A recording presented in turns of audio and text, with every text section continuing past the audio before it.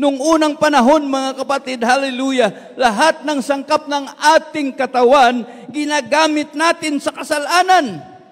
Ngayon ay alagad na tayo ng katuwiran, lahat ina-encourage ng mahal na Panginoon, lahat ng bahagi ng ating katawan, gamitin na natin para sa katuwiran at kabanalan ng Diyos. Amen. Kung ang ating kamay noon ginagamit natin para panigarilyo, amen, para panuntok, amen, para pumalakpak sa sabong.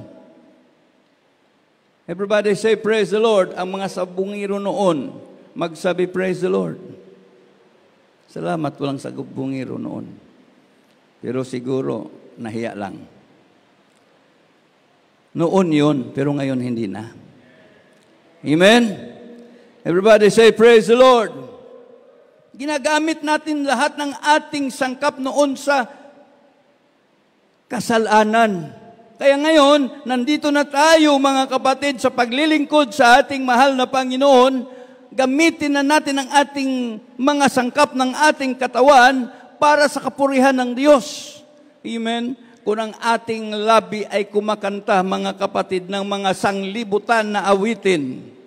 Ngayon, mga kapatid, ang namumutawi sa ating mga labi ay ang mga awiting papuri sa ating pinakamamahal na Panginoon.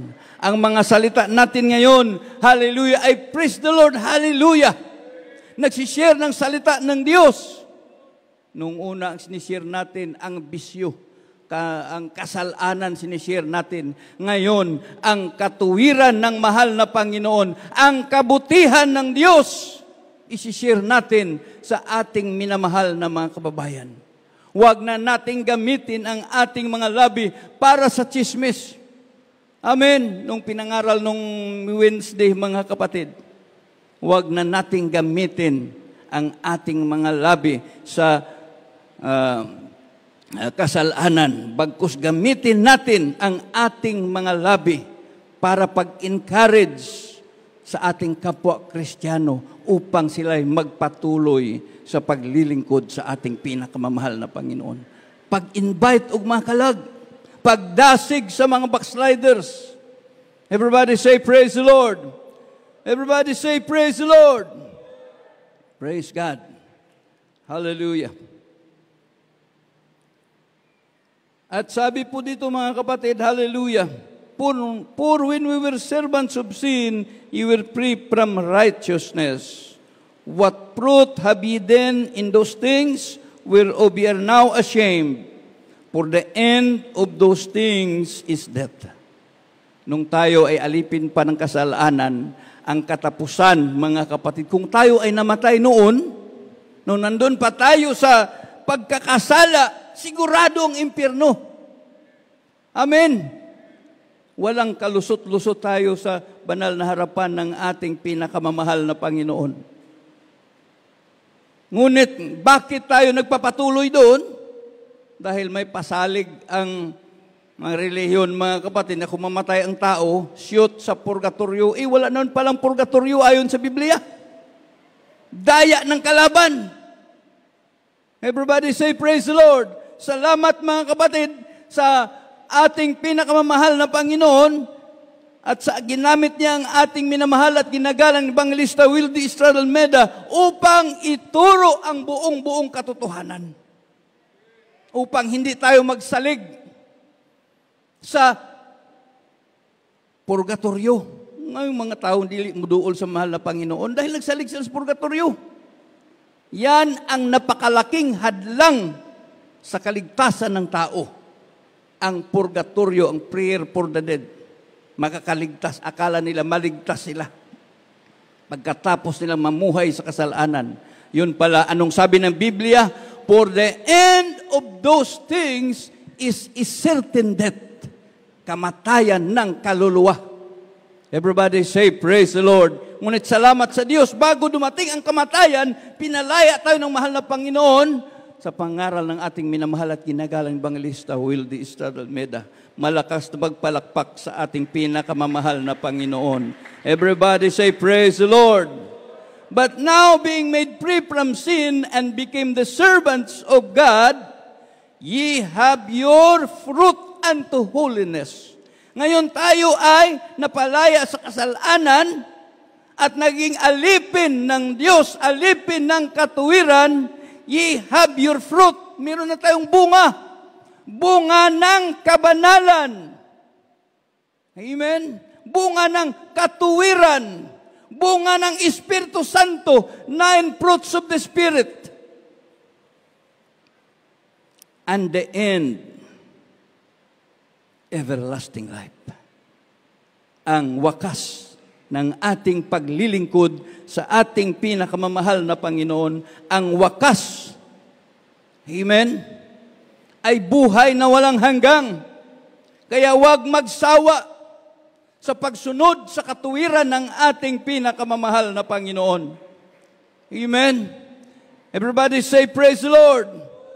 Huwag magsawa sa pagsunod sa kalooban ng ating pinakamamahal na Panginoon.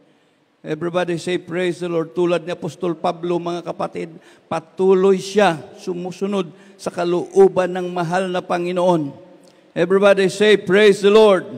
Kahit na dumadaan, si Apostol Pablo dumaan sa matinding trial sa kanyang buhay, napakaraming beses. Grabing trials na narasan ni Apostol Pablo. At tayo rin, lahat ng mga Kristiyano, na sumusunod sa katuwiran ng ating pinakamamahal na Panginoon, darating ang fiery trial sa bawat isa sa atin upang subukin ang ating pananampalataya. 1 Peter chapter 4, verse 12 to 13. Dito po sa aklat ng 1 Pedro Kapitulo 4, talatay 12 hanggang 13. Mga minamahal, huwag kayong magtaka tungkol sa maigpit na pagsubok sa inyo, na dumarating sa inyo upang kayo subukin, na waring nangyayari sa inyo di karaniwang bagay. 13. Kundi kayo magagalak sapagkat kayo makaramay sa mga hirap ni Kristo, upang sa pagkahayag ng kanyang kaluwalhatian naman ay magagalak kayo ng malabis na galak. Amen. Praise the Lord. Palakpakan natin ang ating pinakamamahal na Panginoon. Everybody say, praise the Lord. Tulad ni Apostol Pablo, mga kapatid, hallelujah, dumadaan siya sa matinding trials. When people mistreated him, he forfeited his right to respond to his natural feeling, but was compelled to offer righteous response. Si Apostol Pablo, mga kapatid, hallelujah, matinding trials dinaanan niya, pero mga kapatid, hindi siya nag-response as a natural man. Gipurpit niya ang iyang right, but was compelled to offer righteous response. Ganon din dapat ang gagawin natin. Pag dumadaan tayo sa grabing trials, lahat tayo ay hindi exempted. Daraan at daraan tayo. Madadaanan natin, maagian nato ang grabing trials sa atong kinabuhi. Pero sabi ng mahal na Panginoon, huwag tayong matakot. Amen? Everybody say, praise the Lord. Think it not strange concerning the fiery trials which is to try you, as though some strange things happened unto you. But rejoice inasmuch as ye are partaker of Christ's suffering, that when His glory shall be revealed, ye may be glad also with exceeding joy. Pag dumadaan tayo sa mga trials, mga kapatid, hindi pala dapat ikalulungkot ng bawat Kristiyano. Amen? Everybody say, praise the Lord. But rather rejoice, maglipay ta.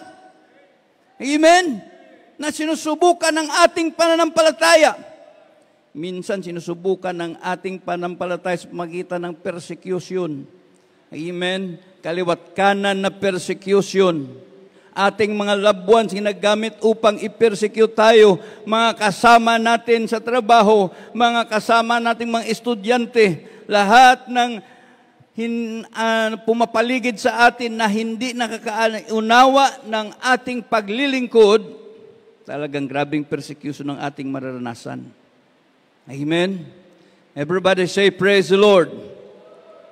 Imbis na magalit tayo, mga kapatid, makipag-ngipin sa ngipin, sabi natin, ang righteous response, praise the Lord na lamang, bahala na ang Ginoo sa inyo. Amen? Natural response unta, makipag-away ta, makapagsuntukan. Pero mga kapatid, wala na, bawal na. Praise the Lord na lang. Sabi ng mahal na Panginoon, hallelujah, sa Kanya ang paghihiganti. Vengeance is mine, I will repay, saith the Lord. Ipasa Diyos na lang natin. Ang Ginoo na ang bahala sa Kanya. Sa mga taong nagpe-persecute sa atin. Maglipay ta, mag-rejoice ta, with exceeding joy. Bakit naging partakers tayo sa kahirapan ng ating pinakamamahal na Panginoon? Everybody say, praise the Lord. Nakaranas tayo ng financial trials, natural response ng mga tao, babalik sa kahinaan. Magnakaw muna ako, mangdaya muna ako. Pero mga kapatid, hallelujah, sa mga Kristiyano, pag walang makain, baka pinapapasting tayo ng mahal na Panginoon. Amen? Everybody say, praise the Lord. Everybody say, praise the Lord. Physical na mga trials, baka pinapapasting din tayo ng mahal na Panginoon. Emotional. Gusto nang mag-asawa. Hindi alam ang pipiliin, ang dami. Mga ulitaw dyan, mga dalaga. Yung kalooban ng mahal na Panginoon ang hanapin. Huwag yung kalooban natin, baka magkamali tayo. Everybody say, praise the Lord. Ikaw, mahal na Panginoong bahala, mag-provide. Kaya hindi ka magkasala sa kahabagan ng ating pinakamamahal na Panginoon. Everybody say, praise the Lord. Everybody say, praise the Lord. Praise God.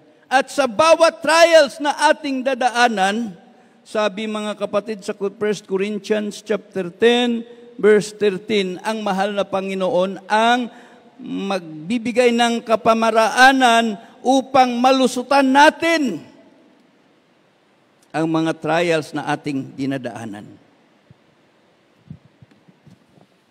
Unang masulat ni Pablo sa mga taga-Korinto, talatay 10 ang talatay 3. Hindi dumating sa inyo ang anumang tukso, kundi yaong matitiis ng tao, na tapat ang Diyos na hindi niya itutulot na kayo'y tuksuhin ng higit sa iyong makakaya, kundi kalakip din ng tukso ay gagawin naman ang paraan ng pag-ilag upang ito'y iyong matiis. Amen. Palakpakan natin ang ating pinakamamahal na Panginoon. Everybody say, praise the Lord. There hath no temptation taken you but such as is common to men.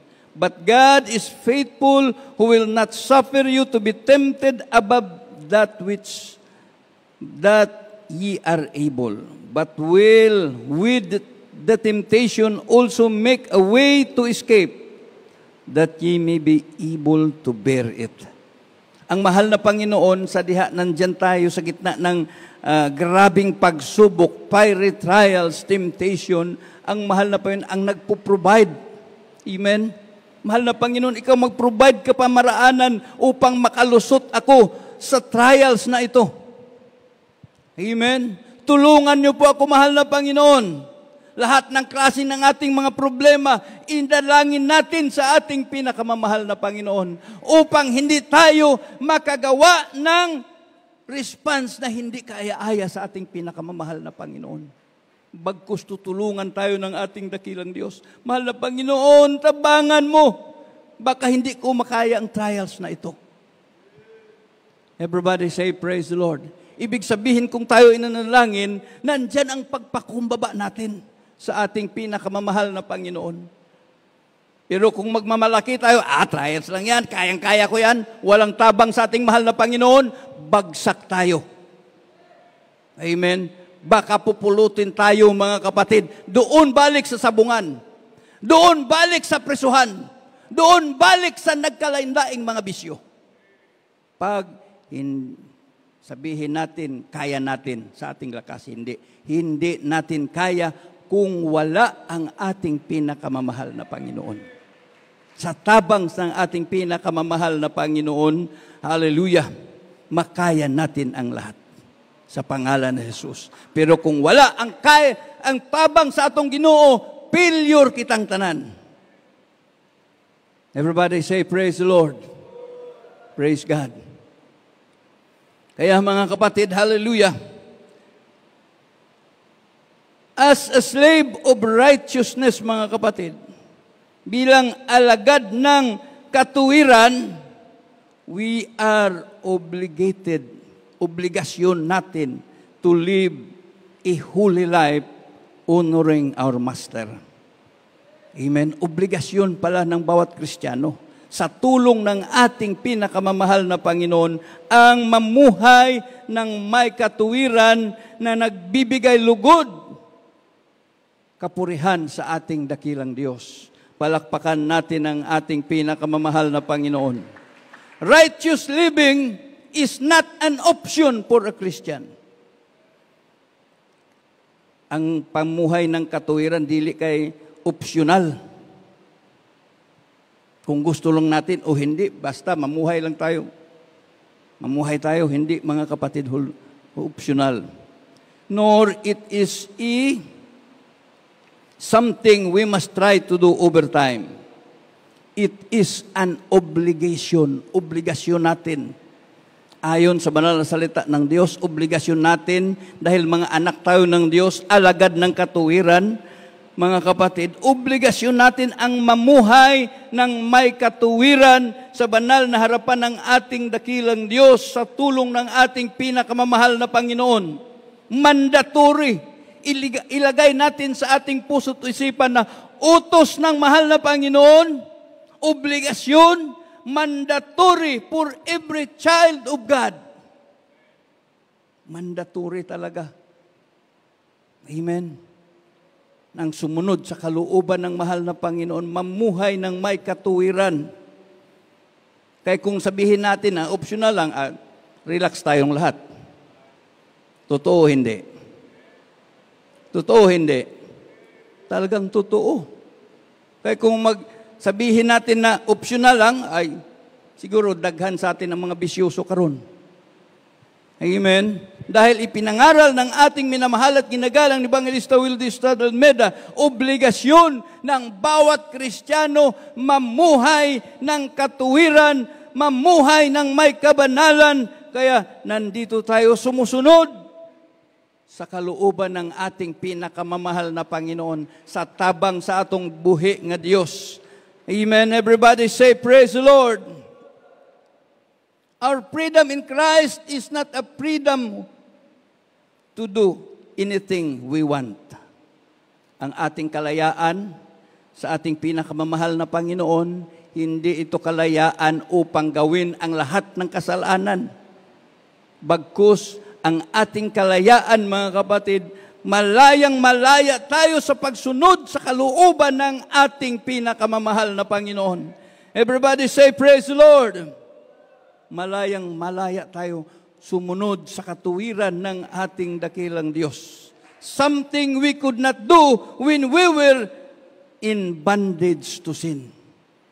Mga bagay na hindi natin kaya noon, nung tayo ay nandyan pagapos pa tayo ng kalaban, ng kasalanan. Everybody say, praise the Lord. Everybody say, praise the Lord. Sabi dito, mga kapatid, sa 1 John chapter 3, verse 7,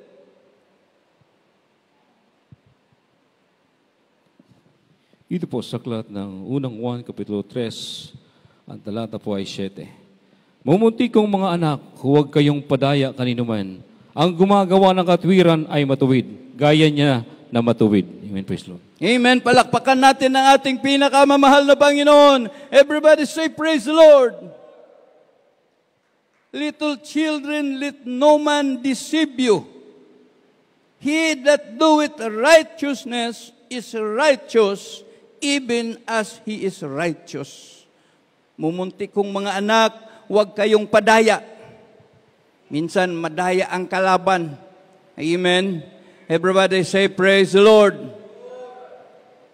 Ang daya ng kalaban, once you're saved forever. Kahit nababalik ka sa bisyo, kahit nababalik ka sa dating ugali, sa kasalanan, praise God, save ka pa rin.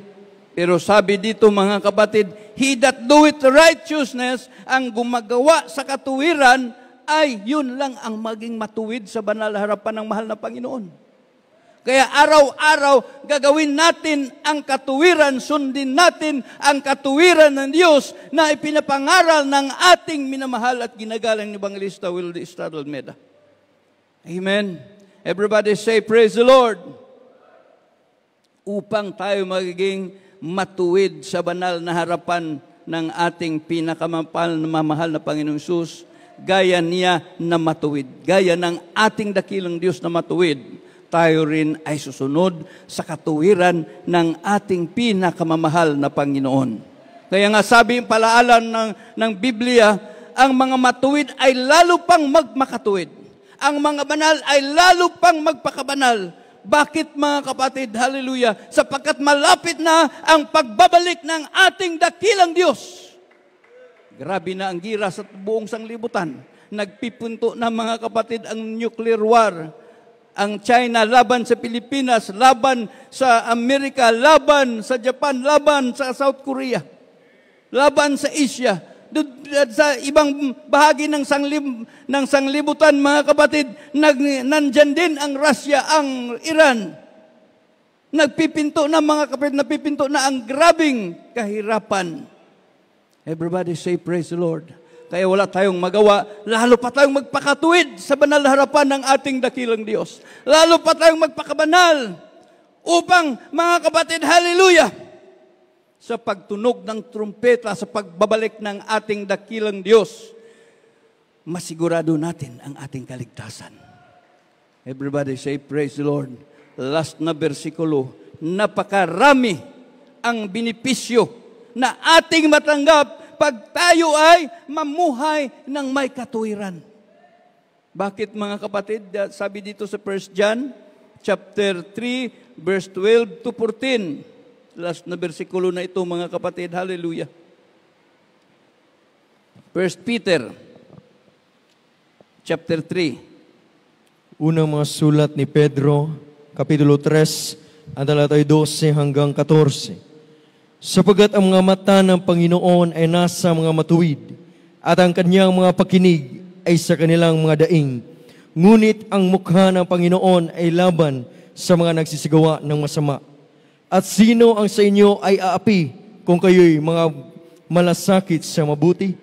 Datapwat kung magbata kayo ng dahil sa katuwiran, ay mapapalad kayo. At huwag kayong mga takot sa kanilang pangtakot, o huwag kayong mga gulo. Palakpakan natin ang ating pinakamamahal na Panginoon. Everybody say, praise the Lord. Napakaraming benepisyo pag tayo mamuhay ayon sa kalooban ng mahal na Panginoon. Ayon sa katuwiran ng ating dakilang Diyos. Ayon sa kabanalan ng ating pinakamamahal na Panginoon. Sapagkat mga kapatid, saan man tayo mapunta, anuman ang ating ginagawa, ang mga mata ng mahal na Panginoon palaging nakatutok sa atin. Amen? At ang mga tinga ng mahal na Panginoon palaging nakikinig sa ating mga dalangin. Kaya, dili ta alkansi, sapagkat ang pag-ibig ng Diyos ay sumasa atin pag tayo po'y gumagawa ng katuwiran ng ating pinakamamahal na Panginoon. Palakpakan natin ang ating dakilang Diyos. Everybody say, praise the Lord. At ang sabi sa 3 mga kapatid, who is he that will harm you if ye be followers of them, of that which is good? Sino ang magbibigay sa atin ng kapahamakan kung tayo sumusunod sa katuwiran ng ating pinakamamahal na Panginoong Hesus? Ibig sabihin na nandyan ang proteksyon ng mahal na Panginoon. Amen. Everybody say, praise the Lord. Nandyan ang proteksyon ng ating dakilang Diyos. But if ye suffer for righteousness' sake, anong ating righteous nga reaksyon mga kapatid? Hallelujah! Magiging happy. Malipay ta kung tayo ay gilutos. Amen?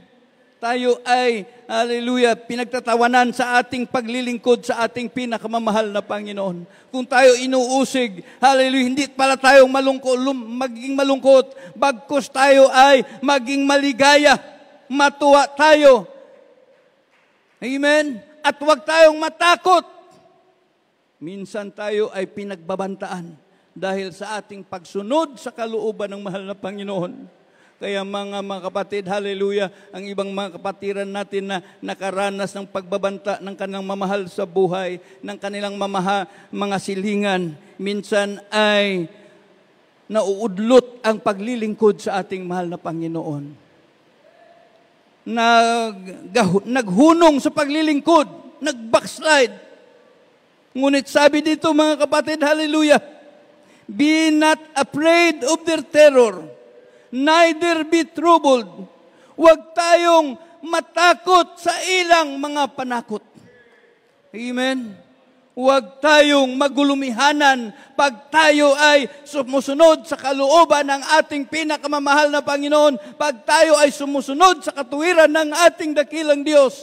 Kakampin natin ang ating pinakamamahal na Panginoon. Hallelujah! Hindi tayo iiwanan ng mahal na Panginoon. Sabi ng ating dakilang Diyos, I will never leave thee, nor forsake thee. Ano man ang sitwasyon, fiery trials nating dinadanasan, hindi tayo iiwanan ng ating dakilang Diyos. Kakampihan tayo ng ating pinakamamahal na Panginoon. Hallelujah. Tiisin natin ang mga pag-uusig ng bawat isa sa atin. Manatili sa paglilingkod. Huwag matakot. Kasama natin ang ating pinakamamahal na Panginoon. Everybody say, praise the Lord. Everybody say, praise the Lord. Napakasarap maglingkod sa ating pinakamamahal na Panginoon. Nandyan ang biyaya at pagpapala ng ating dakilang Diyos. Tayo ay hinahanap ng mahal na Panginoon upang tayo proteksyonan, pagpalain, pagalingin makaramdaman, lutasin mga problema, tulungan sa lahat ng bagay. Hallelujah.